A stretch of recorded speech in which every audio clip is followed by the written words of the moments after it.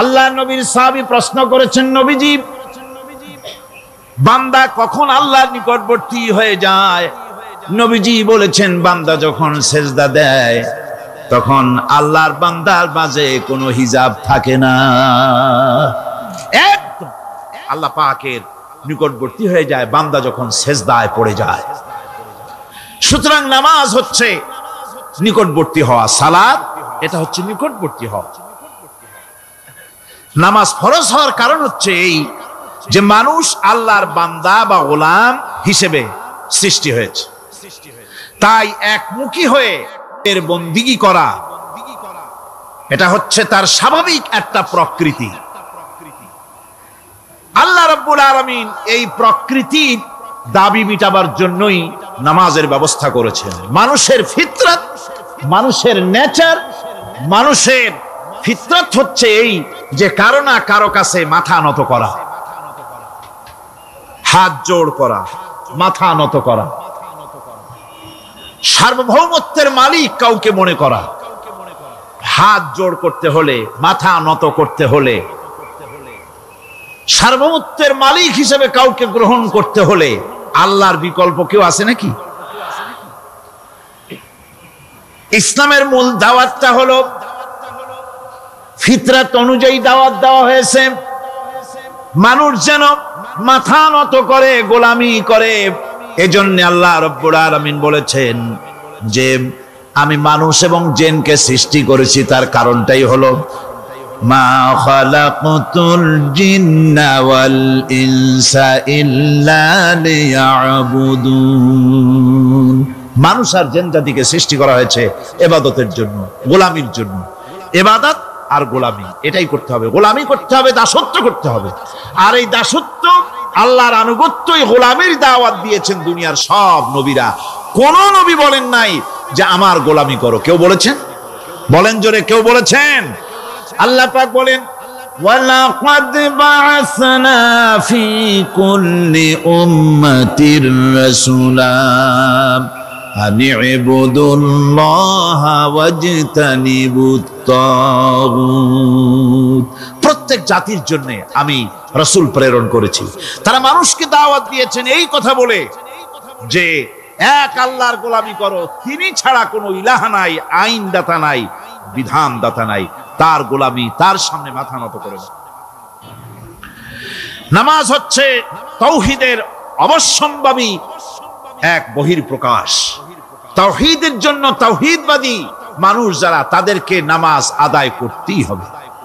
আকীদা বিশ্বাসের দিক থেকে তাওহীদ যদি হয় পুরা দ্বীনের মূল উৎস, তাহলে আমলের দিক থেকে নামাজ হচ্ছে পুরা দ্বীনের মূল ভিত্তি।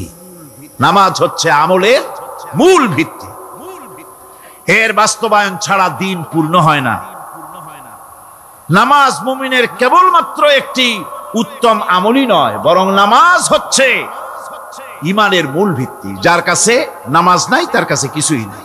রাসূল করিম সাল্লাল্লাহু আলাইহি ওয়াসাল্লাম বলেছেন যে নামাজ যে ব্যক্তি পড়ে না, আল্লাহ পাকের সাথে তার কোনো সম্পর্ক বাকি থাকে না। সুতরাং এই নামাজটা হচ্ছে এই যে একমাত্র একাগ্র চিত্তে আদবের সাথে আল্লাহর সামনে রুজু হয়ে যাওয়া। কোরআনে কারীম বলছি, মুনিবিনা ইলাইহি ওয়াত্তাকুহু ওয়া আকিমুস সালাতা ওয়া লা তাকুনু মিনাল মুশরিকিন। তোমরা আল্লাহর দিকে রুজু হয়ে যাও এবং তাকে ভয় করে অন্যায় কাজ থেকে বিরত থাকো, আর নামাজ কায়েম করো, মুশরিকদের অন্তর্ভুক্ত হয়ে যেও না। নামাজ কায়েম করা, নামাজের আদেশ কোরআনে কারীমের মধ্যে আল্লাহ পাক বহু জায়গায় করেছেন। ঈমানের পর নামাজই হচ্ছে সবচেয়ে বড় জরুরি। একজন মানুষ ঈমান আনলো, যেমন কালকে একজন ঈমান এনেছে, ঈমান আনার সাথে সাথে তার প্রথম কাজ কি বলুন? বলেন, প্রথম কাজ কি? ফজরের নামাজের আগে একজন ইসলাম কবুল করলেন, তার প্রথম দায়িত্ব নামাজকে আদায় করে দেওয়া, ফজরের নামাজ পড়া। যোহরের আগে কেউ ঈমান আনলো, তার প্রথম দায়িত্ব যোহরের নামাজ আদায় করা। আসরের নামাজের আগে ঈমান এনেছে, তার প্রথম দায়িত্ব হলো আসরের নামাজ আদায় করা। তার মানে হলো ঈমান আনার পর একজন ইমানদারের প্রথম দায়িত্ব হচ্ছে নামাজ।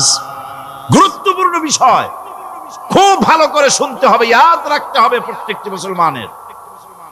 এই নামাজ কি জিনিস, কেমনে আদায় করতে হবে, আদায় না করলে কি হবে, গুরুত্বপূর্ণ এই কথাগুলি প্রত্যেকের স্মরণ রাখতে হবে। কিয়ামতের দিন মানুষ যে জাহান্নামে যাবে, জাহান্নামের জন্য, জাহান্নামে যে সব কারণে যাবে তার মধ্যে বড় কারণ কালকে বলেছিলাম, দেখি মনে আছে নাকি? বড় কারণ কয়টা? কয়টা? আলহামদুলিল্লাহ মনে আছে। আল্লাহ রাব্বুল আলামিন বলেন, ইয়াতাসাআলুনা আনিল মুজরিমিন, কিয়ামতের দিন অপরাধীদেরকে জিজ্ঞেস করা হবে, মা সালাকাকুম ফি সাকার, জাহান্নামে কেন আসছো? জবাবে তারা বলবে, ক্বালু লাম নাকু মিনাল মুসাল্লিনা ওয়া লাম নাকু নুতঈমুল মিসকিন, নামাজ পড়ি নাই আর এতিম মিসকিনদের খেতে দেই নাই, এই কারণেই জাহান্নামে এসেছি। কল নাউযুবিল্লাহ। নামাজ যারা পড়বে না জাহান্নামে যেতে হবে। কোথায় যেতে হবে? আকীদাগত দিক থেকে ঈমান হলো তাওহীদের স্বীকৃতি, আর আমলের দিক থেকে নামাজ হচ্ছে তাওহীদের বহিঃপ্রকাশ। আপনি মুসলমান তা প্রমাণ হবে নামাজ দিয়ে। নামাজহীন ঈমানের দাবি মূল্যহীন। যার নামাজ নাই তার ঈমানের দাবি করার কোনো মূল্যই নেই। অনেক এরকম কথা বলে, হুজুর আমি মানুষটা নিতান্ত খারাপ না, যাই মনে করেন, গ্রামে রাস্তা বানাইছি, ব্রিজ করে দিয়েছি, কালভার্ট করেছি, এতিম মিসকিনরে তাও মাঝে মধ্যে খাবার দেই, বিধবারে কাপড় চোপড় দেই, মানুষটা আমি নিতান্ত খারাপ না, তবে এই মাঝে মধ্যে একটু নামাজ পড়ি না, তাতে কি আমার ঈমান নষ্ট হয়েছে নাকি? আমি বলি, ভাই ঈমানই তো নাই, নষ্ট হবে কি? ঈমান থাকলে না নষ্ট হবে? ঈমান নাই। সুতরাং একজন মুসলমান যদি নামাজ না পড়ে, নিজেকে মুসলমান বলে দাবি করার কোন হক তার না, দাবি করার অধিকার না। নামাজ হচ্ছে জিন্দেগি, নামাজটাই মূলত জিন্দেগি। নামাজটা কি? জিন্দেগি। আল্লাহ রাব্বুল আলামিন শেখাচ্ছেন, কুল ইন্না সালাতি ওয়া নুসুকি ওয়া মাহইয়ায়া ওয়া মামাতি লিল্লাহি রাব্বিল আলামিন। মুহাব্বতের সাথে সবাই পড়েন, কুল ইন্না সালাতি ওয়া নুসুকি ওয়া মাহইয়ায়া ওয়া মামাতি লিল্লাহি রাব্বিল আলামিন। বলো আমার নামাজ, বলো আমার নামাজ, আমার কোরবানি, আমার হায়াত, আমার মত সবকিছুই আল্লাহ রব্বুল আলামিনের জন্য নিবেদিত। আমার বেঁচে থাকা, আমার মরে যাওয়া সব আল্লাহর জন্য। সে আল্লাহ রব্বুল আলামিন, তার জন্য সবকিছু নিবেদিত করতে হবে। আল্লাহ পাকের গোলাম আমাদের বানিয়েছেন, আল্লাহ আমাদের গোলামি করা লাগবে। আর গোলামির নমুনা যাকাত দিয়া, হজ দিয়া, দান দিয়া, সদকা দিয়া, কোন জিনিস দিয়ে নামাজের মতো গোলামির উৎকৃষ্ট প্রমাণ বা নমুনা আর কিছুতে নাই। আমি যে গোলাম, তার উৎকৃষ্ট প্রমাণ হচ্ছে নামাজ। নামাজেই একটা মানুষ গোলামির অনুভূতিতে তাকে নিয়ে যায়। বাদশা হোক, মন্ত্রী হোক, পীর হোক, মওলানা হোক, মুহাদ্দিস হোক, বড় লোক হোক, গরিব হোক, পুরুষ হোক, নারী হোক, যাই হোক, নামাজে দাঁড়াইলো, একেবারে কান্ডারে ধরিয়া, কানের কাছে হাত দিয়া, হাত দুটো বাঁধিয়া, মাথা নিচের দিকে দিয়ে দাঁড়ায় গেল। কিসের মতো? আসামির মতো, গোলামের মতো। সুবহানাল্লাহ। এদিক ওদিক তাকাইতে পারবা না, চোখটা থাকবে সেজদা যেখানে দিবা সেখানে। তাকানো নিষেধ, সেজদার দিকে তাকাও। এরপরে যখন রুকুতে গেলেন, গোলামির নমুনা হয়ে গেল। গোলামের এরকম মাথা নিচু করে থাকতে হয় প্রভুর সামনে। গেলেন রাজা, বাদশা, বড় লোক, সব অহংকার চূর্ণ হয়ে গেল। নাক আর কপাল দিয়া আমার মাবুদের দরবারে মাথাটা লাগাই দিলাম জমিনের উপরে। সুবহানাল্লাহ। আমি আমার ভাষায় বলি, আমি আমার ভাষায় কথাটা এভাবে বলি, এই জমিনটা যদি কাগজ হয় আর আমার নাকটার কপালটা যদি কলম হয়, তাহলে আমি যে গোলাম দৈনিক 5 বার আমার নাক আর কপাল দিয়া জমিন নামক কাগজের উপরে দাস খতের উপরে দৈনিক 5 বার নাক আর কপাল দিয়া সই করে দেই, আল্লাহ আমি তোমার গোলাম আর কারো গোলাম নই, আমি একমাত্র তোমার গোলাম। ঘুমের থেকে উঠে সেজদা দিয়ে বলি, দুপুরের সময় কাজ ফেলাইয়া আরেকবার বলি, বিকেল আসার আগে আসরে আরেকবার বলি, দিন যখন শেষ হয় আরেকবার বলি, রাতে যখন শুতে যাই আরেকবার সেজদা দিয়া ঘোষণা করি, মাবুদ আমি তোমার গোলাম। সুবহানাল্লাহ। নামাজ হচ্ছে ইসলামের গণ্ডির মধ্যে প্রবেশের প্রমাণ। কোরআনে কারীম বলছে, ফাইন তাবু ওয়া আকামুস সালাতা ওয়া আতাউজ যাকাতা ফাইখওয়ানুকুম ফিদ্দীন। সূরা তওবা এসেছে, তারা যদি তওবা করে আর নামাজ কায়েম করে, যাকাত যদি আদায় করে, তাহলে এখন তোমাদের সে দ্বীনি ভাই, এখন ভাই হয়ে গেল। একটু আগে ছিল কাফের মুশরিক, এখন তোমার দ্বীনি ভাই। দ্বীনের গণ্ডির মধ্যে প্রবেশ করা, কলেমা পড়ার সাথে সাথেই নামাজ। নামাজ হচ্ছে দ্বীনের প্রধান গেট, দ্বীনের প্রধান তোরণ। দ্বীনের মধ্যে প্রবেশ করার জন্য এই গেট দিয়ে প্রবেশ করতে হবে। সুতরাং এই নামাজের এতই গুরুত্ব দেওয়া হয়েছে।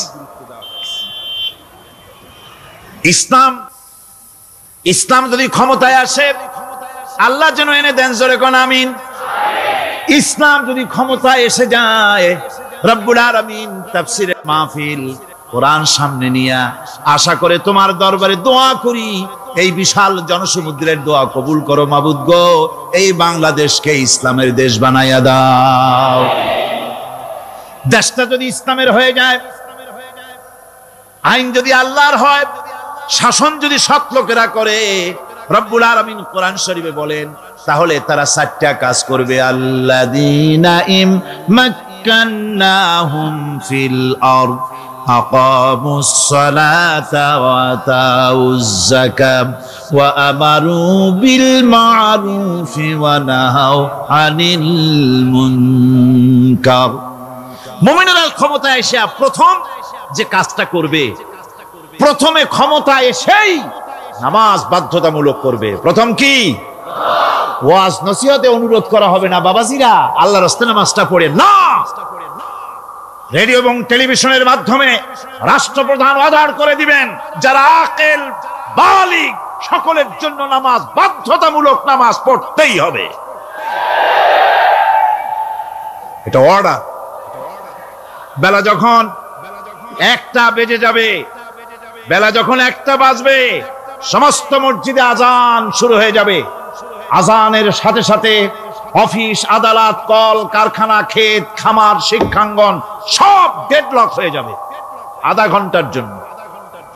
ঘন্টার জন্য বন্ধ হয়ে যাবে। যারা মুসলমান অফিসে, কলেজে, ইউনিভার্সিটিতে, সর্বত্র তারা নামাজের জন্য প্রস্তুতি নেবেন। আধা ঘন্টার ভিতরে নামাজ আর খানা সেরে আবার কলেজ চলবে, বিশ্ববিদ্যালয় চলবে, কল চলবে, কারখানা চলবে, ক্যান্টনমেন্ট চলবে, সেক্রেটারিয়েট চলবে, সব আপন গতিতে চলতে থাকবে। আল্লাহর রহমত, বরকত আকাশ ফেরে নাজিল হয়ে যাবে। আর এই অর্ডার যে দেওয়া হবে, নামাজ পড়বেন, নামাজ পড়বেন সেখানে। থানায় যখন আজান হবে, থানায় আজান হয়ে গেছে, থানার স্টাফ, পুলিশ যারা আছে, জামাতে খাড়া হয়ে যাবে, ইমামতি করবেন ওসি সাহেব। এসপির অফিসে এসপি সাহেব ইমামতি করবেন, ডিসি সাহেব তার অফিসে ইমামতি করবেন, মন্ত্রী সেক্রেটারিয়েট ইমামতি করবেন, প্রেসিডেন্ট বঙ্গভবনে ইমামতি করবেন, বিশ্ববিদ্যালয়ের ভাইস চ্যান্সেলরের ইমামতিতে সে জায়গার মুসলমান ছাত্র ছাত্রী, শিক্ষক শিক্ষয়িত্রী এক জামাতে নামাজ আদায় করবে। এই যদি হয় চিত্র দেশের, অপরাধ থাকবে? থানায় ওসি সাহেব নিজেই যদি জামাতের ইমামতি করেন, এইভাবে নামাজ আদায় করেন পুলিশদের নিয়ে জামাতে, ঘুষ আর খাবে তারা? এসপি সাহেবের অফিসে, ডিসি সাহেবের অফিসে মন্ত্রীরা যদি ভাবে নামাজ কায়েম করে, তাহলে কি অন্যায় অপরাধ কিছু থাকবে সমাজে? থাকবে না। সুতরাং নামাজ বাধ্যতামূলক করে দেওয়া হবে। নামাজ বাধ্যতামূলক, সকলকে নামাজ পড়তে হবে। নামাজ হচ্ছে অপকর্মের প্রতিবন্ধক। নামাজ পড়লে অন্যায় কাজ থেকে বাঁচার পর, অন্যায় থেকে বাঁচাই কিসে? নামাজ। আল্লাহ রাব্বুল আলামিন বলেন, উতলু মা উহিয়া ইলাইকা মিনাল কিতাবি ওয়া কিমিস সালাম ইন্নাস সালাতা তানহা আনিল ফাহশাই ওয়াল মুনকার। হে নবী, এই কিতাব তেলাওয়াত করো, যা তোমার প্রতি অবতীর্ণ করা হয়েছে, এই কিতাব তেলাওয়াত করো আর নামাজকে প্রতিষ্ঠা করো। নিঃসন্দেহে নামাজ মানুষকে পাপাচার থেকে বাঁচায়া দেয়। অশ্লীলতা, পাপাচার থেকে মানুষকে বাঁচায় কে? জোরে চিল্লায় কোন কে? নামাজ। এই নামাজ মানুষকে অন্যায় কাজ থেকে বাঁচায় দেয়। নামাজ যে মানুষকে অন্যায় কাজ থেকে বাঁচায়, কেমনে বাঁচায়? আমরা যে নামাজ পড়ি, এই নামাজে তো আমাদেরকে অন্যায় কাজ থেকে বাঁচাইতে পারে না। নামাজি বহুত মানুষ আছে অন্যায় করে, করে কিনা কোন? না করে না? করে। নামাজি অথচ অন্যায় করে। আর আল্লাহ বলছেন নামাজিকে, নামাজ তাকে অশ্লীলতা থেকে ফিরায়। তাহলে কথা কারটা ঠিক? আল্লাহরটা। জোরে বলেন, কারটা ঠিক? অবশ্যই আমার আল্লাহর কথা হক। আমি ভুল করতেছি, আমি যেন কোথাও ভুল করতেছি, সামথিং ইজ রং, কোথাও যেন আমরা ভুল করে বসতেছি, সেই ভুলটা কি আমরা আবিষ্কার করতে চেষ্টা করবো ইনশাআল্লাহ। প্রথম যে কথাটা সেটা হচ্ছে যে আমরা যা নামাজে পড়ি আমরা তা বুঝি না। কথা ঠিক কিনা? আমি যদি এখন প্রশ্ন করি সামি আল্লাহু লিমান হামিদা অর্থ কি কোন? ফার্স্ট ডিভিশনে কয়েকটা লেটার নিয়ে ফেল করবেন এরকম লোক আছেন না নাই? সুবহান রাব্বিয়াল আলা অর্থ কি জানি না। সুবহান রাব্বিয়াল আযীমের অর্থ কি জানি না। দোয়া কুনুত অর্থ কি জানি না। তাশাহুদ অর্থ কি জানি না। সূরা ফাতিহার অর্থ কি জানি না। এমন কি উযুর মধ্যে কয়টা ফরজ তাও অনেকের জানা নাই। কথা কি বেশি বললাম না ঠিক বলছি? একজনে জিজ্ঞেস করলো, মিয়া উযুতে কয় ফরজ? কয় হুজুর কি মনে করেন এটা বুঝি জানি না, এটা তো সাধারণ ব্যাপার, বলেন না কয় ফরজ? কয় উযুতে তো 17 ফরজ। কি কি? কয় হাত ধোয়া, পাও ধোয়া, মুখ ধোয়া, নাক ধোয়া, চোখ ধোয়া, জিহ্বা ধোয়া, মাথা ধোয়া। বলতে বলতে গুনে দেখা গেল প্রায় 19টার মতো বলছে। বলা হলো, মিয়া বললেন আপনি উযুতে ফরজ 17টা, কইলেন আপনি 19টা। কয় হুজুর জানি আরো, বলি না আপনাদের ভয়তে। উযু জানে না, নামাজ জানে না, তাকে এই নামাজ কেমনে ফিরাবে অন্যায় কাজ থেকে? কথা বুঝতে পেরেছেন? নামাজে আল্লাহু আকবার বললাম, এরপরে সানা পড়লাম, তারপরে সূরা ফাতিহা পড়লাম। সূরা ফাতিহার ভিতরে যে সমস্ত কথাগুলি বললাম সেই কথাগুলি বুঝি না, কি বলেছি তাও জানি না। এরপরে সুবহান রাব্বিয়াল আলা বলেছি, সুবহান রাব্বিয়াল আযীম বলেছি, সামি আল্লাহু লিমান হামিদা বলেছি, অর্থ কি জানি না। আল্লাহ তা শুনতে পান, যে ব্যক্তি আল্লাহর প্রশংসা করেন তিনি তা শুনতে পান। নামাজের মধ্যে আইডিয়া দেওয়া হচ্ছে, তুমি যে আল্লাহর জন্য নামাজ পড়তেছো, প্রশংসা করতেছো, এটা এমন নয় যে আল্লাহ পাক দেখছেন না বা শুনতেছেন না। তুমি যা বলতেছো, প্রশংসা করতেছো, আল্লাহ পাক তা শুনতে পাচ্ছেন। সামি আল্লাহু লিমান হামিদা। সুবহান রাব্বিয়াল আলা, আমি মহান সর্বশ্রেষ্ঠ আল্লাহ রাব্বুল আলামিনের পবিত্রতা ঘোষণা করছি, আমি তার প্রশংসা করছি। সূরা ফাতিহার কি আমরা বলি আপনারা ব্যাখ্যা দেখে বুঝে নিয়েন, সেগুলি আমি এখানে বলে বাকি কথা সব শেষ করতে পারবো না। নামাজে কি পড়েন সেটা যদি জানতেন, অবশ্যই আল্লাহ রাব্বুল আলামিনের কথা কার্যকরী হয়ে যেত। ইন্নাস সালাতা তানহা আনিল ফাহশাই ওয়াল মুনকার। নামাজ মানুষকে পাপের কাজ, অশ্লীলতা থেকে ফিরাতে পারে। আল্লাহ ইন্না বসায়ছেন, নিশ্চয়ই, বেশক, অবশ্যই নামাজ পাপ থেকে ফিরাবে। কিন্তু কেমনে ফিরাবে নামাজ তো বুঝি না, নামাজ তো বুঝি না। খালি সেজদা দেয় জনমের মতো। আর সেজদা কি? নামাজে যদি দেখে ইমাম দেরি করতেছে, আত্তাহিয়াত পড়তে দেরি হয়ে যাচ্ছে, পিছন থেকে সিগন্যাল মারে, ঠিক কিনা? বেয়াদব, বেয়াদব। তোমার নামাজ, তোমার আত্তাহিয়াত আগে শেষ হয়েছে, তাতে কি হয়েছে? চুপ করে বসে থাকো। ইমামকে কাশি দিয়া সতর্ক করার অধিকার তোমার নাই।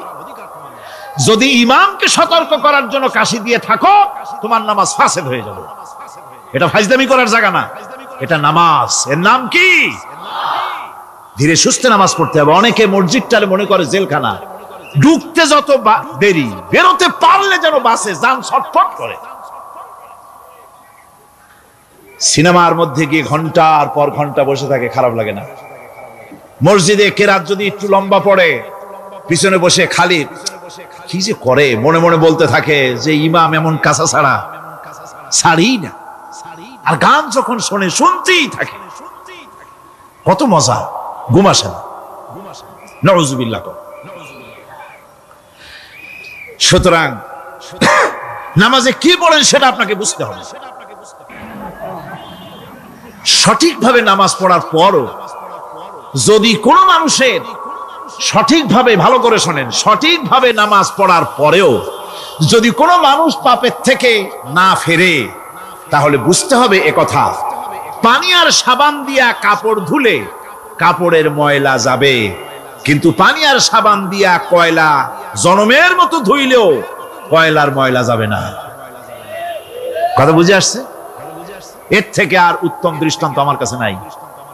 নামাজ পড়ার পরেও যদি চরিত্র ভালো না হয়, বুঝতে হবে নামাজ হচ্ছে না, কাঙ্ক্ষিত মানের নামাজ আদায় হচ্ছে না। আল্লাহর নবী বলেছেন, যার নামাজ পাপ কাজ হতে ফিরাতে পারলো না, তার নামাজ নামাজি নয়। আবার শুনুন, রাসূল বলছেন, যার নামাজ তাকে পাপের কাছ থেকে ফিরাতে পারলো না, তার নামাজ নামাজ নয়। ওইটা নামাজ হয় নাই, যার জন্য তার পাপ থেকে তারে ফিরাইতে পারছে না। আর কিয়ামতের দিন বেনামাজিরা সবচাইতে বেশি অপমানিত হবে। সবচাইতে বেশি অপমানিত হবে কারা? বেনামাজিরা। কিভাবে? ইয়াউমা ইউকশাফু আন সাকিন ওয়া ইউদআউনা ইলাস সুজুদি ফালা ইয়াস্তাতিউন। সেদিন কঠিন সময়, আল্লাহ রাব্বুল আলামিন লোকদেরকে সিজদা করার জন্য বলবেন, কিন্তু যারা বেনামাজি ছিল দুনিয়ায়, তারা সিজদা দিতে পারবে না। বলেন নাউযুবিল্লাহ। অবস্থাটা কি হবে? খাশিআতান আবসারুহুম তারহাকুহুম যিল্লাহ। তাদের দৃষ্টি নিচু হবে, লাঞ্ছনা এবং অপমান তাদের উপরে চেপে বসবে, সিজদা দিতে পারবে না। আল্লাহ আমাদেরকে ক্ষমা করুন। কিয়ামতের দিন হযরত আদম আলাইহিস সালাম থেকে শুরু করে পৃথিবীর সমস্ত মানুষের সামনে আল্লাহ রাব্বুল আলামিন সিজদা করার জন্য অর্ডার করবেন।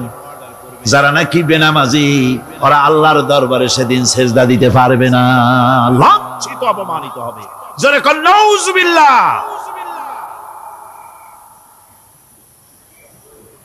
নামাজ, মুমিনের নামাজ একরকম, মুনাফিকের নামাজ হলো আর এক রকম। মুনাফিকরাও নামাজ পড়ে, পড়ে কিনা কোন? মুনাফিকেরাও নামাজ পড়ে। মুনাফিকেরা যখন নামাজ পড়তে যায়, আল্লাহ রাব্বুল আলামিন বলতেছেন, ওয়া ইযা কামু ইলাস সালাতি কামু কুসালা। মুনাফিকেরা যখন নামাজ পড়তে দাঁড়ায়, নামাজে আসে ঠিক তারা, কিন্তু নামাজের জন্য দাঁড়ায় খুব শৈথিল্য ভারে, শৈথিল্য ভাবে দাঁড়ায়, কাহিলি, সুস্তি, এ জায়গা চুলকায়, পায়জামা ধরে টান দেয়, টুপিটা ঘুরায়, এদিক ওদিক তাকায়। মুনাফিকের নামাজ দেখলেই ঠিক পাওয়া যায় যে বেটা মুনাফিক। এইভাবে সে দাঁড়ায়। তার নামাজটা কি জন্য? ইউরাউনান নাসা ওয়া লা ইয়াযকুরুনাল্লাহা ইল্লা কালিলা। তাদের নামাজ হচ্ছে মানুষকে দেখাবার নামাজ। নাউযুবিল্লাহ। এখন দেখবেন এই মৌসুম আসছে, নামাজের মৌসুম, বেনামাজিদের নামাজের মৌসুম। জনসভা হচ্ছে, নির্বাচন আসতেছে, নামাজে রক্ত হয়ে গেছে, তাড়াতাড়ি আজান হয়ে গেল। টুপি না থাকলে রুমাল একটা মাথায় দিল, উজু আছে কি না আছে, আল্লাহু আকবার, যা আছে কপালে হয়ে যাক। মানুষকে দেখাবার জন্য এরা নামাজ পড়ে। এরা আল্লাহর শরণার্থে নামাজ খুব কম লোকই করে। এরা হচ্ছে মুনাফিক।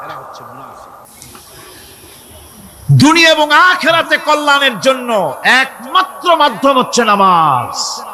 দুনিয়া যদি কল্যাণ চাই, আখিরাতেও যদি কল্যাণ চাই, তাহলে এর জন্য কি করতে হবে? কি করতে হবে? আমার কথা নয়, আল্লাহ রাব্বুল আলামিনের কথা শুনুন। রব্বুল আলামিন বলেন, ক্বাদ আফলাহাল মুমিনুন আল্লাযীনা হুম ফি সালাতিহিম খাশিউন ওয়াল্লাযীনা হুম লিয-যাকাতি ফাঈলুন ওয়াল্লাযীনা হুম লিফুরুজিহিম হাফিজুন। নিশ্চিতভাবে সেই সব মুমিন কল্যাণ লাভ করবে, নিশ্চিতভাবে। তারা হচ্ছে ওই সব লোক যারা নিজেদের নামাজ ভীতি মিশ্রিত, বিনয় ভাবে, ভীতি মিশ্রিত অবস্থায় বিনয়ের সাথে যারা নামাজ আদায় করে, যারা বেহুদা কাজ থেকে বিরত থাকে, যারা যাকাতের পন্থায় কর্মতৎপর হয়, আর যারা নিজের লজ্জাস্থানকে হেফাজত করে। এরপরে আল্লাহ পাক বলেন, ওয়াল্লাযীনা হুম লিআমানাতিহিম ওয়া আহদিহিম রাউন ওয়াল্লাযীনা আলা সালাওয়াতিহিম ইউহাফিজুন ওয়াল্লাযীনা আলা সালাতিহিম হাফিজুন। আর যারা তাদের আমানতকে পূর্ণ করে, আমানত এবং তাদের ওয়াদা চুক্তি পূর্ণ করে, এবং যারা নিজেদের নামাজ সমূহকে পূর্ণভাবে হক আদায় করে নামাজ পড়ে, নামাজের যারা হেফাজত করে, এরা কারা? এরা হচ্ছে উলাইকা হুমুল ওয়ারিসুন আল্লাযীনা ইয়ারিসুনাল ফিরদাউসা হুম ফিহা খালিদুন। এরা হচ্ছে সেই সব লোক, এরা উত্তরাধিকার হচ্ছে জান্নাতের উত্তরাধিকার, জান্নাতুল ফিরদাউসে আল্লাহ রাব্বুল আলামিন এই গুণ বিশিষ্ট লোকদের জন্য জায়গা করে দিবেন। জোরে কোন সুবহানাল্লাহ। নামাজকে পড়তে বলা হয়নি, কোরআন শরীফে বলা হয়েছে নামাজ কায়েম করো। কি বলা হয়েছে কোন তো দেখি? নামাজ কায়েম করো, নামাজ পড়ো। এই কথা কিন্তু কোরআন শরীফে কোন জায়গায় আছে নাকি? এখন কায়েম করা কারে বলে? একটা গুরুত্বপূর্ণ আরেকটি বিষয়। নামাজ কায়েম করতে বলা হয়েছে। কায়েম কি? কায়েমটা হচ্ছে দৃষ্টান্ত স্বরূপ বলা যায় যে জিনিসটা সমাজে প্রতিষ্ঠিত আছে ওইটারে বলে কায়েম হওয়া, আর যেটা প্রতিষ্ঠিত নাই ওটা কায়েম নাই। কায়েম মানেই হলো প্রতিষ্ঠিত থাকা। যেমন আমাদের দেশে, আমাদের সমাজে নারী পুরুষ শিশু বৃদ্ধ সকলেই কাপড় পরা, শাড়ি পরা, লুঙ্গি পরা, এই কাপড় পরাটা কায়েম আছে, প্রতিষ্ঠিত আছে না নাই? যার কারণে কাপড় পরা সমাজে কায়েম আছে বলে উলঙ্গ মানুষ সমাজে খুঁজে পাওয়া যায় না, পাগল ছাড়া। ঠিক কিনা? একটা বাচ্চাকেও যদি উলঙ্গ হতে বলেন এখানে, 5 বছর 6 বছরের একটা বাচ্চাকেও, সে কিন্তু রাজি হবে না। ঠিক কিনা? যেহেতু কাপড় পরা সমাজে প্রতিষ্ঠিত আছে, সেহেতু উলঙ্গ মানুষ পাওয়া যায় না, কাপড় পরাটাই এখানে প্রতিষ্ঠিত। সুতরাং এখন অবস্থাটা এই হয়েছে, কাপড় পরা প্রতিষ্ঠিত আছে বলে কোন উলঙ্গ মানুষ এসে যদি এই মঞ্চে দাঁড়ায় আর বলে আমাকে একটু বক্তৃতা করতে দেন, আপনারা কি করবেন? মঞ্চে তো উঠতেই দিবেন না। উলঙ্গ মানুষ যদি কোনো চাকরি নিতে যায় ইন্টারভিউতে, তাকে লাইনে দাঁড়াইতে দেবে? দেবে না। এমনকি উলঙ্গ হয়ে যদি বাড়িতে প্রবেশ করে, তার বউ দূর দূর করে তাড়ায় দেবে। ঠিক কিনা? যেহেতু সমাজের ভিতরে কাপড় প্রতিষ্ঠিত আছে, সেই জন্য এই উলঙ্গ মানুষ পাওয়া যায় না। অনুরূপ ভাবে নামাজ যদি প্রতিষ্ঠিত হতো সমাজের ভিতরে, তাহলে বেনামাজি খুঁজে পাওয়া যেত না। চাকরি করতে গেলে সেখানে নামাজ মানদণ্ড হয়ে যেত, নামাজ পড়ে কিনা তা দেখে নেওয়া হতো। বেনামাজি লোক পাওয়াই যেত না যদি প্রতিষ্ঠিত থাকতো। প্রথম প্রশ্নই হতো তুমি নামাজ পড়ো কিনা। ইলেকশনে যদি একজন উলঙ্গ মানুষ এসে দাঁড়ায়, ভাইরা এবার আমার বোতল মার্কা বাক্স, উলঙ্গ মানুষ এসে ভোটে দাঁড়াইছে, আপনারা ভোট দিবেন? দিবেন। ওইটা কাপড় প্রতিষ্ঠিত আছে বলে, লুঙ্গি প্রতিষ্ঠিত সমাজে আছে বলে উলঙ্গ মানুষকে আপনি ভোট দিবেন না। নামাজ যদি প্রতিষ্ঠিত থাকতো সমাজে, বেনামাজি মানুষ যদি এসে মঞ্চে দাঁড়ায়া যতই বলতো আমি ক্ষমতায় গেলে এই করব সেই করব, নামাজ প্রতিষ্ঠিত থাকলে পরে বেনামাজিরে কেউ ভোট দিত না। নামাজ যদি প্রতিষ্ঠিত থাকতো তাহলে অফিসের অফিসার তো দূরের কথা, বেনামাজি অফিসের ঝাড়ুদারের চাকরিও তার কিসমতে জুটত না যদি নামাজ প্রতিষ্ঠিত থাকতো। এর নাম হলো নামাজ কায়েম হওয়া। নামাজ কায়েম থাকলে এই অবস্থার সৃষ্টি হতো। এই জন্য আল্লাহ পাক বলেছেন নামাজকে কায়েম করতে হবে। নামাজ হবে সব ভালো কাজের মানদণ্ড। সমস্ত ভালো কাজের মানদণ্ড কি? নামাজ। নামাজ আমাদেরকে বড় রকমের শিক্ষা দেয়। কি শিক্ষা দেয়? নামাজ আমাদের শিখায় ঐক্য আর ভ্রাতৃত্ব। ভ্রাতৃত্বের আর ঐক্যের শিক্ষা দেয়। এক নেতার আনুগত্য করা শিখায়। জামাত যত বড় হোক, ইমাম হবে কয়জন? একজন ইমাম হবে। আর এই ইমাম মানে কি? নেতা। ইমাম মানে কি?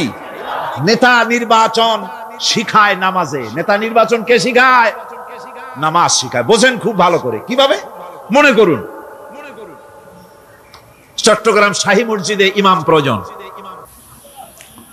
এখন সেই ইমাম নেওয়ার জন্য ইন্টারভিউ কল করা হলো, বিজ্ঞাপন দেওয়া হলো পত্রিকায়। অনেক আলেম আসলেন। ইন্টারভিউ বোর্ডে যারা বসলেন তারা ইন্টারভিউটা কিভাবে নেবেন? যার মাথার চুল লম্বা বেশি তার ইমামতি দেওয়া হবে। যার লুঙ্গিটা পায়ের গিরার তলে তারে দেওয়া হবে। যার মোষটা মুখের মধ্যে গিয়া ঢুকছে, হাসি দিলে বুঝাই যায় না হাসে না কান্দে, তারে দিবে। দাড়িগুলা কামাইছে তারে দেবে। সিগারেট খায় বা অবশ্য চট্টগ্রাম আর সিলেটে সিগারেটের ফতোয়া ভিন্ন রকম। বরিশালে আমি যেখানে জন্মগ্রহণ করেছি, আমার এলাকায় কোনো আলেম যদি সিগারেট খায়, মসজিদের ইমাম তো ভালো, মসজিদ ঝাড়ু দিতেও ঢুকতে দেবে না মসজিদে। এটা এই এলাকার এক রকমের কায়দা। আমি এটার ব্যাপারে কথা নাইবা বললাম। তো আপনারা খুঁজে দেখবেন সে সিনেমা দেখে নাকি, মিথ্যা কথা বলে নাকি, বউ পর্দায় থাকে নাকি। এগুলি মাইক্রোস্কোপ যন্ত্র দিয়ে ইমামের মাথা থেকে পা পর্যন্ত দেখবেন কিনা কন? আচ্ছা এবার কোন তো দেখি এই ইমাম সাহেব ইমামতি করবে কতজন লোকের? 500, 1000। শাহী মসজিদে ধরেন 5000 লোক হইল। 5000 লোক, 5000 লোকের ইমাম নির্বাচনের সময় পা থেকে শুরু করে মাথা পর্যন্ত দেখেন, এমনকি বউ পর্যন্ত। বৌমনি আনিয়ে দেখেন না, পর্দায় থাকে কিনা এইটা আপনারা দেখেন, ঠিক কিনা? এ খবরটা নেন। 5000 লোকের একটা ইমাম বানাতে গিয়ে মাইক্রোস্কোপ যন্ত্র দিয়ে দেখেন মোষ কেমন, দাড়ি কেমন, চুল কেমন, পাও কেমন, হাত কেমন, হাতে নখ লম্বা কিনা, দাঁতে ছাতা কিনা, বউ পর্দায় থাকে কিনা, মিথ্যা কথা কয় কিনা, এত দেখেন। আর যখন নির্বাচন আসে তখন 2.5 থেকে 3 লক্ষ মানুষের জন্য একজন এমপি নির্বাচিত হয়। সেই ইমামকে বাছাই করার জন্য নামাজ পড়ে কিনা, জিনাকার কিনা, মদখোর কিনা, সুদখোর কিনা, ঘুষখোর কিনা, বদমাশ কিনা বাছাই করা হয় না।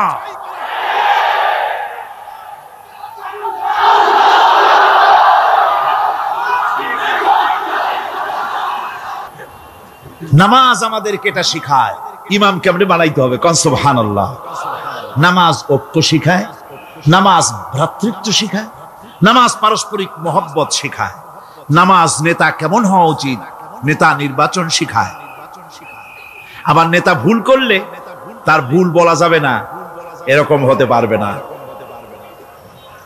নামাজের ভিতরে ইমাম যদি ভুল করলে আপনি লোকমা দিবেন, সুবহানাল্লাহ, আল্লাহু আকবার বলবেন। যদি তিনি সংশোধন না হলেন আবার দেন, তাতেও সংশোধন হলো না আবার দেন। 3 বার লোকমা দেওয়ার পর যদি ভুল সংশোধন না করে নামাজ ছেড়ে দেন, ইমামকে বের করে দেন, নতুন ইমাম নিয়োগ করেন। যারা ক্ষমতায় যাবে, আপনি রাষ্ট্রের ইমাম যারে বানাবেন, সেই রাষ্ট্রীয় ইমাম যদি জনগণের ইচ্ছার বিরুদ্ধে যদি চলে, একবার লোকমান দেন, দুইবার লোকমান দেন, তিনবার দেন, তারপরেও যদি না নামে, ঘাট ধরে নামেন। নামাজ আপনাকে নেতা নির্বাচন, নেতাকে প্রতিষ্ঠিত রাখা, নেতার আনুগত্য আপনাকে শেখায়। নামাজ লাইন সোজা করে দাঁড়াতে হবে। লাইন যদি বাঁকা করেন, আপনার কলজেটা ওরকম বাঁকা হয়ে যাবে। কারণ নাউযুবিল্লাহ, নামাজের কাতারে যার কারণে নামাজের কাতার বাঁকা হবে, পুরা কাতারের জন্য আল্লাহর কাছে ওই লোকটা দায়ী হয়ে যাবে। নামাজ শৃঙ্খলা শিখায়। সুবহানাল্লাহ কইতে ইচ্ছা করে না? নামাজ শৃঙ্খলা শিখায়, শৃঙ্খলা বোধ শিখায়, সোজা হয়ে দাঁড়ায়। তারপরে ঐক্য এবং মহব্বত শিখায়। নামাজের ভিতরে যখন দাঁড়ায় গেলেন,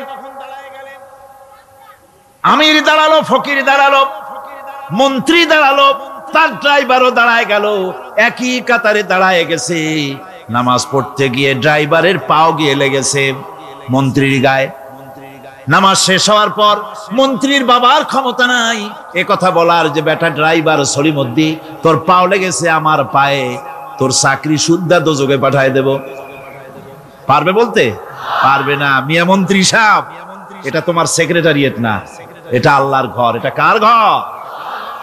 এক হি সব মে খড়ে হো গয়ে মাহমুদ ও আয়াজ, এক হি সব মে খড়ে হো গয়ে महमूद आयाज, न कोई बंदा रहा न कोई बंदा नवाज।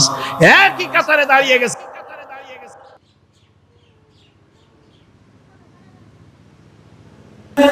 কোরআনে কারীমের মধ্যে আল্লাহ পাক এই পৃথিবীর বুকে যারা আরামের টাটকা সুখগুলি, আরামগুলি যারা বর্জন করে আল্লাহ রাব্বুল আলামিনকে বিশ্বাস করে যারা জীবন পরিচালনা করেছে, আল্লাহ পাক তাদের জন্য জান্নাত রেখেছেন এবং তাদের জন্য বলছেন, সাবিকু ইলা মাগফিরাতিম মির রাব্বিকুম ওয়া জান্নাতিন আরদুহা কাআরদিস সামাই ওয়াল আরদ উইদ্দাত লিল্লাযীনা আমানু বিল্লাহি ওয়া রাসূলিহি।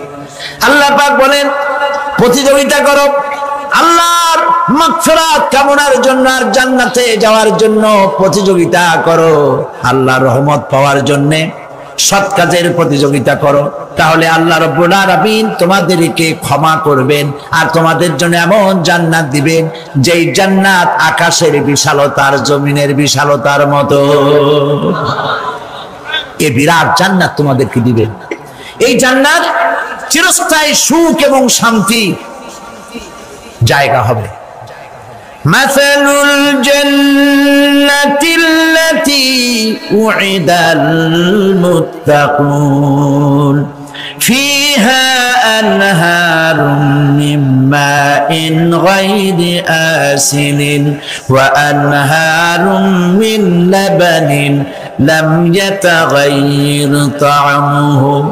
আল্লাহ পাক বলছেন, জান্নাত আল্লাহ পাক ওয়াদা করেছেন মুত্তাকিদের জন্য। আল্লাহ পাক জান্নাত দিবেন, যে জান্নাতের ভিতরে রয়েছে মধুর প্রস্রবণ, রয়েছে দুধের প্রস্রবণ, রয়েছে সেখানে স্বচ্ছ পানীয় পানির প্রস্রবণ রয়েছে।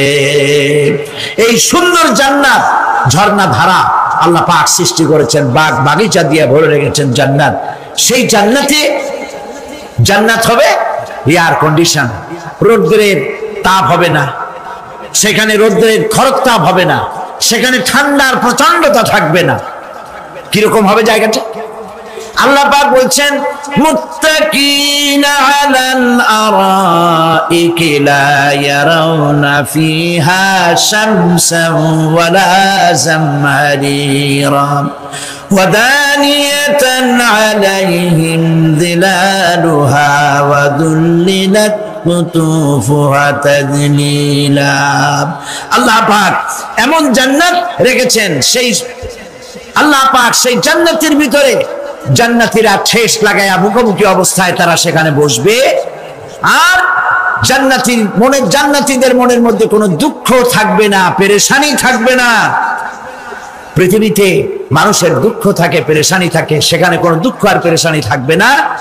সেই জায়গাটা হবে শীতাতপ নিয়ন্ত্রিত, না শীত না গরম, চির বসন্ত বিরাজ করবে। জান্নাতীরা সেখানে থাকবে। এই সুন্দর জান্নাত আল্লাহ পাক রেখেছেন মুত্তাকীদের জন্য। সুবহানাল্লাহ। কাফেরদের জন্য জান্নাত হবে, জাহান্নাম হবে চিরকাল। খালিদিনা ফিহা আবাদান, চিরকাল কাফেরেরা জাহান্নামে থাকবে। সর্বশেষ যে ব্যক্তি জাহান্নাম থেকে মুক্তি লাভ করবে তাকে আল্লাহ পাক বলবেন, ফেরেশতাদেরকে বলবেন, আমার ফেরেশতারা আমার এই বান্দাকে জান্নাত এবং জাহান্নামের মাঝখানে রেখে দাও।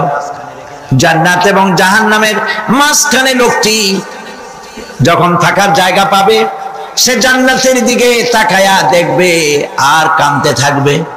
আল্লাহ পাক জিজ্ঞেস করবেন, বান্দারে যুগের পর যুগ ধরে জাহান্নামে কেঁদেছো, আমি রব্বুল আলামিন জাহান্নাম মাফ করে দিয়া জান্নাত জাহান্নামের মাঝখানে রেখে দিয়েছি, আযাব থেকে তো বেঁচে গেছো, এখন কাঁদো কেন? লোকটি বলবে, রব্বুল আলামিন কান্দি এই কারণে, জাহান্নাম থেকে মাফ করেছো, তোমার শুকরিয়া আদায় করি। জান্নাত তো আমার কপালে নাই, কিসমতে নাই, কিন্তু জান্নাত আমি এখান থেকে দেখতে পাচ্ছি।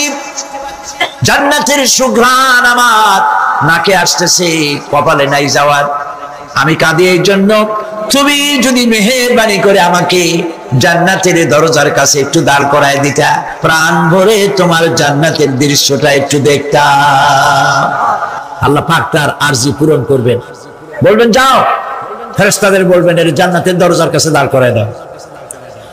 জান্নাতের দরজার কাছে দাঁড়িয়ে লোকটি আবার কান্না শুরু করবে। আল্লাহ পাক প্রশ্ন করবেন, এবার কান্দো কেন? লোকটি বলবে, রব্বুল আলামিন কান্দি এই কারণে, জান্নাতের এই দরজায় দাঁড়ায়া জান্নাতের অফুরন্ত নেয়ামত কিছুই ভালো করে দেখা যায় না, শুধু অল্প জায়গা দেখি। যদি তুমি আমারে দয়া করে জান্নাতের মাঝখানে দাঁড় করায় দিতা, চতুর্দিকে তাকায়া তাকায়া দেখা কলিজারে ঠান্ডা বানাইতাম। তবে আমি ওয়াদা করি, জান্নাতের কোন নাজ নেয়ামত, কোন ফল আমি খাবো না, ধরবো না, সইব না। একটুখানি মেহেরবানি করে মাঝখানে দাঁড় করাইয়া দাও, জানদারে ঠান্ডা করি। আল্লাহ রাব্বুল আলামিন ফেরেশতাদের বলবেন, আমার এই বান্দারে জান্নাতের মাঝখানে দাঁড় করাইয়া দে। আল্লাহর নবী বলেন, জান্নাতের মাঝখানে দাঁড়িয়ে লোকটি আগের চাইতে আরো জোরে চিৎকার মেরে কাঁদতে থাকবে। আল্লাহ পাক বলবেন, বান্দারে কি হলো তোর? দরজার কাছে আসতে চাইছিলে, আইনা দিলাম। এবার মাঝখানে আসতে চাইছো, তাও এনে দিয়েছি। আবার কান্দো কেন? লোকটি বলবে, রব্বুল আলামিন এবার কান্দি এই জন্যে, তুমি যখন দয়া করে একটিবার জান্নাতের মাঝখানে এনে আমাকে দাঁড় করায় দিয়েছো, তুমি রহমান রহিম গফুরুর রহিম, এই জান্নাত থেকে আবার আর বাইর করে দিও না। আল্লাহ রাব্বুল আলামিন বলবেন, ও আমার বান্দারে, আমার এই জান্নাত তোর খুব পছন্দ হয়েছে নাকি? লোকটি বলবে, রব্বুল আলামিন কলিজা ঠান্ডা হয়ে গেছে, ভাবতেও পারি নাই জান্নাত এত সুন্দর। আল্লাহ পাক বলবেন, বান্দারে এরকম একটি নয়, দুইটা নয়, তোর জন্য আমি 10টা জান্নাত এরকম রিজার্ভ করে রাখছি। সুবহানাল্লাহ। আল্লাহ পাককে ভয় করে পৃথিবীর সমস্ত পাপ থেকে যারা নিজেকে রক্ষা করবে, আল্লাহ তাদের জন্য এই জান্নাত রেখে দিয়েছেন। সুবহানাল্লাহ। সেই জান্নাতের রিসিপশন আপনারা আন্দাজ করতে পারবেন না, রিসিপশন কারে কয়। কি এর প্রধানমন্ত্রী আর প্রেসিডেন্ট, 4-5টা পুলিশ আর আর্মি আসে একটা ফট করে সেলুট মারলো, বাস শেষ হয়ে গেল, এরকম না। জান্নাতীদেরকে রিসিপশন দেওয়া হবে। জান্নাতীরা যখন আল্লাহর হুকুমে জান্নাতের দিকে যেতে লাগবে, আর যখন জান্নাতের কাছে চলে যাবে, আল্লাহ রাব্বুল আলামিন শোনায় দিচ্ছেন, হাত্তা ইযা জাউহা ফুতিহাত আবওয়াবুহা ওয়া ক্বালা লাহুম খাযানাতুহা সালামুন আলাইকুম তিবতুম ফাদখুলুহা খালিদিন। সুবহানাল্লাহ। জান্নাতীরা যখন জান্নাতে প্রবেশ করার দরজার মুখোমুখি হবে, দ্বার রক্ষীগণ তখন বলবে সালামুন আলাইকুম, আল্লাহর শান্তি তোমাদের উপরে বর্ষিত হোক। সুবহানাল্লাহ। দুনিয়ার টাটকা টাটকা সুখগুলি দুই পা দিয়ে ঠেলে দিয়েছো, টাটকা সুখগুলি গ্রহণ করো নাই, হারাম খাও নাই, আল্লাহর দ্বীন কায়েমের জন্য রক্ত দিয়েছো, জীবন দিয়েছো, কষ্ট করেছো, আল্লাহকে ভয় করেছো। আমাদের সালাম গ্রহণ করো, জান্নাতের মধ্যে ঢুকে যাও চিরকালের জন্য। সুবহানাল্লাহ। আর বাইর হওয়া লাগবে না, চিরকাল এই জান্নাতের মধ্যে তোমরা বসবাস করতে পারবে, আল্লাহ রাব্বুল আলামিনের ফেরেশতারা বলে দিবেন। জান্নাতের মধ্যে আল্লাহ পাক হুরদের সঙ্গে জান্নাতীদের বিয়ের ব্যবস্থা করে দিবেন। কোরআনে কারিমে আল্লাহ পাক বলেন মুত্তাকিনা আলা সুরুরিম মাসফুফাতিন ওয়া যাওয়াজনাহুম বিহুরিন ঈন। সামনাসামনি ভাবে সাজানো সারি সারি আসন সমূহের উপর তারা ঠেস লাগায় বসে থাকবে, আর আল্লাহ রাব্বুল আলামিন হুরদের সাথে জান্নাতীদের বিয়ের ব্যবস্থা করে দিবেন। যেসব হুরের সঙ্গে বিয়ে হবে তাদের আল্লাহ পাক বিবরণ দিচ্ছেন কি রকম হবে তারা। লাম ইয়াতমিসহুন্না ইনসুন ওয়ালা জান। এর পূর্বে জিন এবং ইনসান এদেরকে কেউ স্পর্শ করে না। কি রকম তারা? কাআন্নাহুন্নাল ইয়াকুতু ওয়াল মারজান। যেমন ঝিনুকের ভিতরে মণিমুক্তা থাকে, এইভাবে আল্লাহ পাক তাদেরকে পবিত্র করে রেখে দিয়েছেন। আমার প্রিয় ভাইরা, আল্লাহ রাব্বুল আলামিন কোরআনে কারীমের ভিতরে বলেছেন ফাবিআইয়ি আলা'i রাব্বিকুমা তুকাযযিবান। জান্নাত দান করে আল্লাহ পাক এবার জান্নাতীদেরকে সম্বোধন করে বলবেন ইয়া ইবাদি লা খাউফুন আলাইকুমুল ইয়াওমা ওয়ালা আনতুম তাহজানুন। হে আমার বান্দারা, লা খাউফুন আলাইকুমুল ইয়াওম, আজ আর কোনো ভয় নাই। সুবহানাল্লাহ, সুবহানাল্লাহ। আজ আর কোনো ভয় নাই, কোনো চিন্তাও নাই, আরামে এই জান্নাতের মধ্যে বসবাস করো। এরপরে আল্লাহ পাক জিজ্ঞেস করবেন ও আমার জান্নাতীরা, আমি যেসব ওয়াদা করছিলাম আমার ওয়াদা মোতাবেক সমস্ত নিয়ামত পেয়েছো? তারা বলবে হ্যাঁ পেয়েছি, সব নিয়ামত আপনার ওয়াদা মোতাবেক সব পেয়েছি। আল্লাহ রাব্বুল আলামিন বলবেন সব পাও নাই, ওয়ালাদাইনা মাজিদ, আমার কাছে আরো বেশি আছে। সুবহানাল্লাহ, আমার কাছে আরো বেশি আছে। জান্নাতীরা বুঝবে না সে আরো বেশিটা কি, এর থেকে আর বেশি কি। প্রিয় ভাই সব, নবী করিম সাল্লাল্লাহু আলাইহি ওয়াসাল্লাম বলেছেন জান্নাতের সুখ আর শান্তি কোন চোখ নাই যা দেখেছে, যা কোন অন্তঃকরণ নাই যা কল্পনা করতে পেরেছে। এই জান্নাত মুত্তাকিদের জন্য আল্লাহ রাখছেন। সুবহানাল্লাহ। জান্নাতীরা ভাবতেও পারবে না সেই নিয়ামতগুলি কি। প্রিয় ভাই সব, সেই মুহূর্তে আল্লাহর নবী মুহাম্মদুর রাসূলুল্লাহ সাল্লাল্লাহু আলাইহি ওয়াসাল্লাম বলবেন রব্বুল আলামিন, আমার উম্মতেরা জান্নাতীরা বুঝতে পারে নাই আপনার কাছে কি নিয়ামত আরো বেশি আছে। আমার এই উম্মতেরা জান্নাতীরা আপনার ওয়াদা মোতাবেক সব পেয়েছে, কিন্তু একটি জিনিস এখনো তাদের কিসমতে হয় নাই। সেই জিনিসটা হলো যারা তার রবকে না দেখে শুধু কোরআন আর হাদিসের কথা শুনে আরবের ঘুম হারাম করে তাহাজ্জুদের নামাজ আদায় করেছিল, চোখের পানি ফেলেছিল, যারা জান্নাত দেখে নাই, জাহান্নাম দেখে নাই, আপনাকে ভয় করে যারা জীবন পরিচালনা করেছিল, যারা আপনাকে দেখে নাই, না দেখে শুধু কোরআন হাদিস বিশ্বাস করে যারা অকাতরে নিজেদের জীবন বিলায় দিয়েছিল, এই জান্নাতীরা এখন পর্যন্ত তার রবকে দেখতে পারে নাই। আল্লাহ রাব্বুল আলামিন তার সামনে থেকে 70,000 পর্দা সরে যাবে। আল্লাহ পাক বান্দাদের আরজি পুরা করার জন্য জান্নাতীদের সামনে তিনি জালোয়া ফরজ হবে। কোরআন শরীফের ভিতরে আল্লাহ পাক বলেন, জান্নাতীরা তারা আল্লাহর দিকে, জান্নাতীরা তার রবের দিকে তাকিয়ে থাকবে, আর রব তার বান্দাদের দিকে তাকায়া থাকবে। প্রাণ ভরে জান্নাতীরা রবকে দেখবে, সুবহানাল্লাহ, আল্লাহ পাককে দেখবে। প্রাণ খুলে আজ দোয়া করি রব্বুল আলামিন, জান্নাতের যেই পরিবেশে, যেই জায়গায় তুমি দয়া করে তোমার গোলামদেরকে তুমি নিজেই দর্শন দিবে, দেখা দিবে। মনিব গো, ও আমাদের রব, আজ এই বিশাল জনসমুদ্র নিয়ে তোমার দরবারে আবেগ ভরা কণ্ঠে বলি, যেই অনুষ্ঠানটি তুমি এমন মুবারক অনুষ্ঠান করবে যেখানে তুমি জান্নাতীদেরকে দেখা দিবে, ওই জান্নাতের কোন একটি, ওই অনুষ্ঠানের কোন একটি কোনায় কানায় আমাদেরকেও দাঁড় করাইয়া দেখান তো।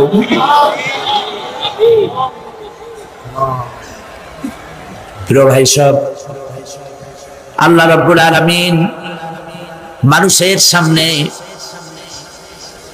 এত সব নিয়ামত রেখেছেন, এই জান্নাত দান করবেন। এরপরে আল্লাহ রাব্বুল আলামিন কোরআনে কারীমের মধ্যে বলেছেন, রব্বিস সামাওয়াতি ওয়াল আরদি ওয়া মা বাইনাহুমার রাহমানি লা ইয়ামলিকুনা মিনহু খিতাবা। এসব পুরস্কার রয়েছে তোমাদের সেই রবের পক্ষ থেকে যিনি আকাশ আর জমিনের মালিক। সুবহানাল্লাহ বলবেন না? যার সামনে কথা বলার ক্ষমতা কারো হবে না। এটি একটি মারাত্মক কথা। কিয়ামতের দিন আল্লাহর দরবারে কেউ কথা বলতে পারবে না আল্লাহর নির্দেশ ছাড়া। একটি আকীদা পরিষ্কার করে নিয়ে যান আপনাদের, সে আকীদাটা এভাবে পরিষ্কার করুন, কোন পীর সাহেব, কোন খাজা বাবা, কোন মাওলানা, কোন মুহাদ্দিস, কোন বুজুর্গ আপনাকে সুপারিশ করতে পারবে না যদি না আল্লাহ পাক তাকে কথা বলার তৌফিক না দেন। মনে থাকবে এটা? আয়াতুল কুরসির ভিতরে আমরা পড়ি, মান যাল্লাযী ইয়াশফাউ ইনদাহু ইল্লা বিইযনিহি। আল্লাহ পাক বলেছেন কিয়ামতের দিন আল্লাহর দরবারে কার সাহস আছে কথা বলতে পারে? মান যাল্লাযী ইয়াশফাউ ইনদাহু ইল্লা বিইযনিহি। আল্লাহর ওয়াদা ছাড়া, হুকুম ছাড়া আল্লাহর সামনে কথা বলা সেদিন কেউ থাকবে না। সুবহানাল্লাহ। কেউ কথা বলতে পারবে না। সুপারিশ করতে হবে, আল্লাহ যারে বলেন তুমি করো, অমুকের জন্য করো, সেই ব্যক্তি শুধু তার জন্যই করতে পারবে, আর কেউ কথা বলতে পারবে না। সেই কঠিন হাসরের ময়দান, যেদিন শুধুমাত্র আল্লাহ পাক কথা বলবেন, আর যারে বলতে বলবেন সেই কেবলমাত্র বলতে পারবে। সুপারিশ এটি আল্লাহ পাক কিয়ামতে পারমিশন দিলে বলা যাবে। হযরত ইব্রাহিম আলাইহিস সালাম কিয়ামতের দিন তার নিজের পিতা সম্পর্কে সুপারিশ করবেন, রব্বুল আলামিন আমার আব্বার জন্য সুপারিশ করতেছি, মেহেরবানি করে জাহান্নাম থেকে তারে আপনি রক্ষা করুন। আল্লাহ রব্বুল আলামিন বলবেন, ইব্রাহিম তোমার সুপারিশ মঞ্জুর হবে না। প্রিয় ভাই সব, একটু মাথা খাটান, চিন্তা করেন। জাতির পিতা কে? জাতির পিতা চিল্লায় বলুন, কলিজা সাফ করে ফেলুন। মুসলমানদের জাতির পিতা হাবিজ হাবিজ কেউ হতে পারে না।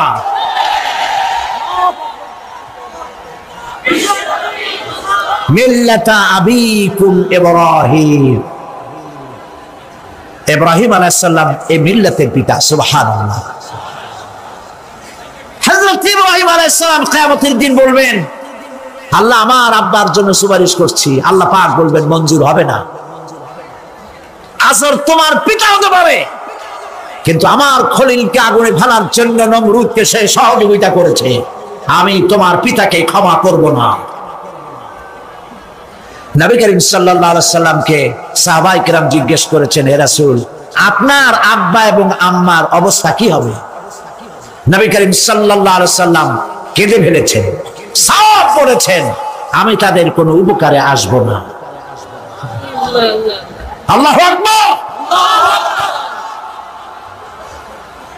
আপনি মনে করছেন নাকি যে ইয়া নবী সালাম আলাইকা বলি অমনি নবী সুপারিশ পাবেন?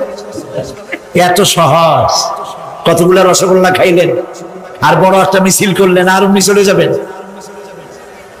পৃথিবীর সব মানুষ, সাহাবায়ে কেরাম বাদ দেন, পৃথিবীর সমস্ত মানুষ একত্রিত হয়ে আবু তালেব রাসূলুল্লাহকে যে ভালোবেসেছেন, ওর 1000 ভাগের 1 ভাগও সারা দুনিয়ার মানুষ রাসূলুল্লাহকে ভালোবাসতে পারবে? পারবে?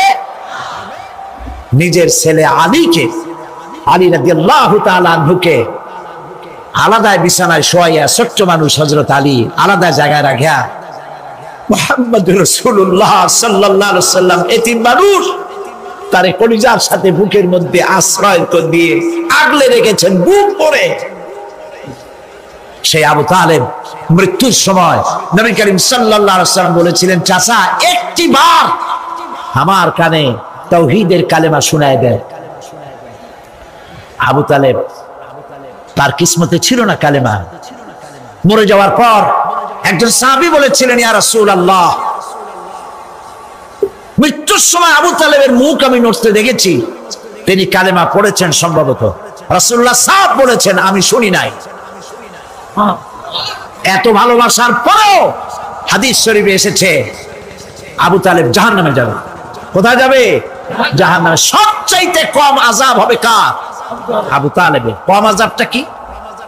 হাদিস শরীফে এসেছে কম আযাব হলো জাহান্নামের আগুন দিয়ে এক জোড়া জুতা তৈরি করে আবু তালেবের পায়ে পরিয়ে দেওয়া হবে। সেই জাহান্নামের আগুনের তৈরি করা জুতার তাপে আবু তালেবের মাথার ঘিলুগুলো টকবক করে বউ পড়তে লাগবে। এত ভালোবেসে যদি কিয়ামতে উপায় না হয়, আপনি ইয়া নবী সালাম আলাইকা, ইয়া রাসূল সালাম আলাইকা, আর কতগুলো জিলাপি খাইলেন, বড় একটা মিছিল করলেন। প্রিয় ভাই সব, এইসব বেদাত ছাড়ুন, এগুলি সুস্পষ্ট বিদআত। রাসূলুল্লাহকে ভালোবাসবেন, সাহাবীরা যেভাবে ভালোবেসেছেন ওইভাবে ভালোবাসবেন। আল্লাহ রাব্বুল আলামিন বলেন, যালিকাল ইয়াউমুল হক ফামান শাআ আত্তাখাযা ইলা রাব্বিহি মাআবা। এই দিনটি অবশ্যই আসবে, সেদিনটি নিশ্চিতভাবে আসবে। আর এখন যার ইচ্ছা সে তার রবের দিকে অগ্রসর হোক। ইন্না আনজারনাকুম আযাবান করিবান ইয়াওমা ইয়ানজুরুল মার'উ মা কদ্দামাত ইয়াদাহু ওয়া ইয়াকুলুল কাফিরু ইয়া লাইতানি কুনতু তুরাবা। ইন্না আনজারনাকুম আযাবান করিবা, খুব নিকটবর্তী একটি আযাব সম্পর্কে আমি তোমাদেরকে সতর্ক করে দিলাম। কে বলতেছেন? আল্লাহ পাক। লক্ষ্য করুন আল্লাহ কি বলছেন, খুব নিকটবর্তী একটি কঠিন শাস্তি, আযাব অর্থাৎ কিয়ামত, এ সম্পর্কে আমি তোমাদেরকে সতর্ক করে দিলাম। ইয়াউমা ইয়ানজুরুল মার'উ মা কদ্দামাত ইয়াদা, সেদিন প্রত্যেকটি লোক যা সে পাঠিয়ে দিয়েছিল এখানে, অর্থাৎ যা করেছিল সেগুলি সে দেখতে পাবে। আর তখন ওয়ায়াকুলুল কাফিরু ইয়া লাইতানি কুনতু তুরাবা। সেই কিয়ামতের ময়দানে অবস্থা দেখে কাফেররা বলবে, আহারে মানুষ না হইয়া যদি মাটি হইয়া যেতাম। যদি মাটি হতাম, যদি মানুষ না হয়ে না জন্মতাম, আজ এই হাসরের ময়দানে এইখানে এই বিচারের মুখোমুখি হতাম না, মাটি হইলে বরং অনেক ভালো হতো। এই পৃথিবীতে আমরা এসেছি, চলে যাব, যাওয়ার আগে এই কোরআন একটি বিশাল জনগোষ্ঠী এমন বানাতে চেয়েছে, যে জনগোষ্ঠী এই কোরআন দিয়ে একটি বিশাল সমাজ গড়বে, রাষ্ট্র গড়বে, এমন রাষ্ট্র গড়বে যেই রাষ্ট্রে দুঃখ থাকবে না, অশান্তি থাকবে না, যেখানে সুখ থাকবে, সমৃদ্ধি থাকবে, আর কিয়ামতের দিন আল্লাহর জান্নাতে তারা চলে যাবে। তেমন একটি সমাজকে আমরা চাই। সবাই বলেন, সেরকম একটি সমাজকে আমরা চাই। প্রিয় ভাই সব, কিয়ামতের দিন আমরা যেতে চাই জান্নাতে। কোথায় যেতে চাই বলেন? জোরে বলেন। এই জান্নাতে যাওয়ার জন্য দুইটা কাজ করতে হবে। কয়টা কাজ? আল্লাহ রাব্বুল আলামিন বলেন, ফামান কানা ইয়ারজু লিকাআ রাব্বিহি ফালইআমাল আমালান সালিহান ওয়া লা ইউশরিক বিইবাদাতি রাব্বিহি আহাদা। আল্লাহ পাক বলেন, যে বাজারা আমার সঙ্গে দেখা করতে চায় কিয়ামতে, দুইটা কাজ করা লাগবে। বলেন কয়টা কাজ? একটা হলো নেক আমল। কি আমল বলেন? নেক আমল। নেক আমল কারে বলে? নেক আমল করতে হলে আবার দুইটা শর্ত লাগে। এক নম্বরে কাজটা করতে হবে আল্লাহরে খুশি করার জন্য। কারে খুশি করার জন্য? একটা মাদ্রাসা বানাইছি যাতে লোকেরা বলে যে বড় একটা মাদ্রাসা বানাইছে, এই জন্য মাদ্রাসা বানাবেন, মসজিদ বানাবেন, হসপিটাল বানাবেন, যা কিছু করেন নিয়ত হবে আল্লাহকে খুশি করা। নিয়ত হবে কারে খুশি করা? আল্লাহ পাককে খুশি করা। এই হলো নেক আমলের প্রথম শর্ত, কাজ হবে আল্লাহকে খুশি করার জন্য। দুই নম্বরে কাজটি হতে হবে সুন্নতে নববী সাল্লাল্লাহু আলাইহি ওয়াসাল্লামের উপরে। মনে থাকবে, দাড়ি রাখবো। কেন রাখবো? রাসূলের সুন্নাত। রাখবো কারে খুশি করার জন্য? আল্লাহকে খুশি করার জন্য। রাখবো কার মতো? রবীন্দ্রনাথের মতো, কার্ল মার্কসের মতো, কবির মতো নয়। রাখতে হবে কার মতো? নবীর মতো। বুঝে নেন, কাজটা হতে হবে আল্লাহকে খুশি করার জন্য। দুই নম্বরে কাজটা হতে হবে সুন্নতে নববী সাল্লাল্লাহু আলাইহি ওয়াসাল্লামের উপরে হতে হবে। তাহলে এই হলো এক নম্বর। জান্নাতে যাওয়ার জন্য, আল্লাহর সাথে দেখা করার জন্য এক নম্বরের কাজ হলো নেক আমল। বলেন এক নম্বরের কাজ কি? দুই নম্বরের কাজ ওয়ালা ইউশরিক বিইবাদাতি রাব্বিহি আহাদা।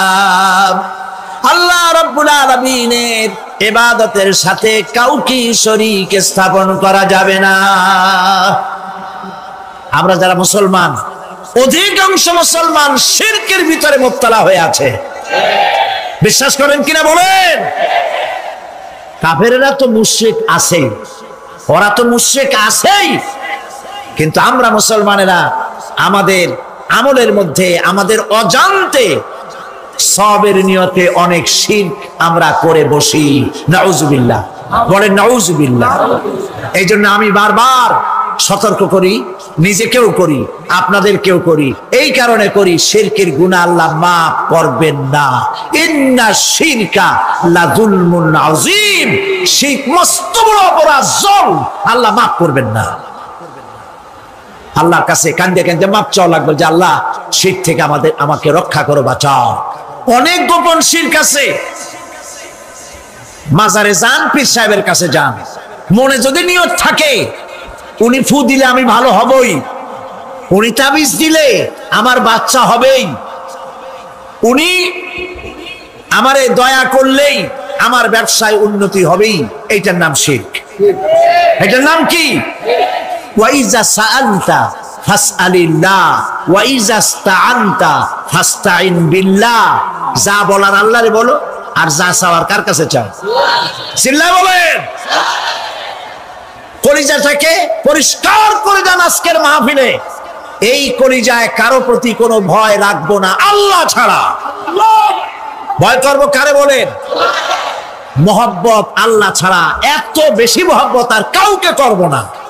আল্লাহ তাআলা আমাদের কলিজায় তোমার ভয় এবং মহব্বত দিয়ে ভরে দাও, রাসূলের মহব্বত দিয়ে আমাদের দিলকে ভরে দাও।